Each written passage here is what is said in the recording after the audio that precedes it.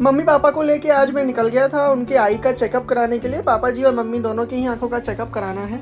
जब हम निकले तो मैंने रास्ते में एक कूड़े का पहाड़ देखा, और कौन कहता है कि पहाड़ सिर्फ शिमला और मनाली में है, पहाड़ दिल्ली में भी हैं। ऑल दो इस पहाड़ को हम लाइक बिल्कुल नहीं करेंगे, बट ये है कूड़े का पहाड़ जो अब दिल्ली की एक पहचान बन गया है, और दिल्ली के अधिकतर कोनों में आपको ये मिल जाएगा, बट ये सबसे बड़ा वाला है।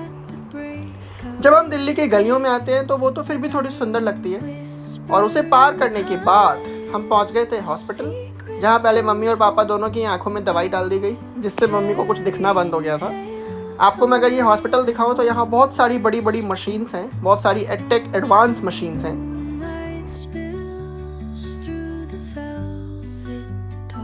चेकअप होने के बाद जब दोनों बाहर आए तो उन्हें बिल्कुल कुछ भी दिखाई नहीं दे रहा था, और पापा की आंखों में कैटरेक्ट है तो उनकी 2-3 दिन के बाद सर्जरी होनी है, और मम्मी का नंबर बढ़ गया है। इस रिजल्ट के साथ हम घर की ओर फिर से निकल गए थे, श्री राधा गोविंद को नमस्ते करते हुए। ये हमारे रास्ते में ही पड़ते।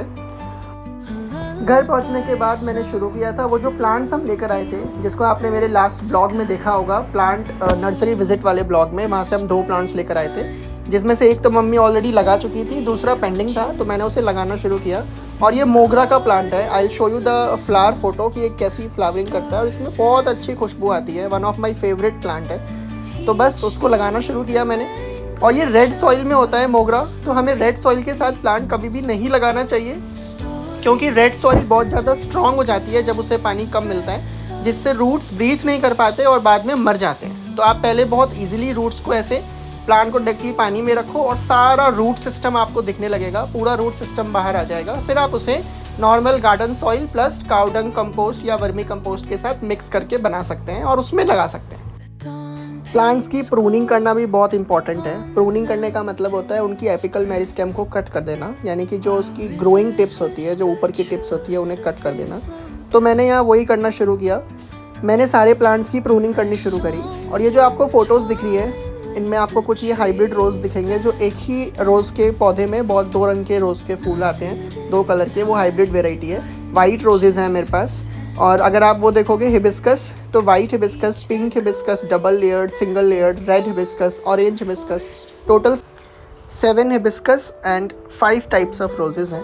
अब ये सब कुछ करने के बाद मैंने बहुत ज़्यादा कूड़ा फैला दिया था, जो मुझे साफ़ करना था अंत में। हालांकि मम्मी मेरी हेल्प कर रहे थे, और मैं रिकॉर्डिंग कर रहा था अपना ये एरिया जहाँ सारी तुलसी रखी हुई है। तो मुझे एक छोटा सा मेहमान दिखा जो बहुत अच्छे से हमारे गार्डन में कूद रहा था। फिर वो अपने घर चला गया, मैंने उसे भी रिकॉर्ड कर लिया। लेकिन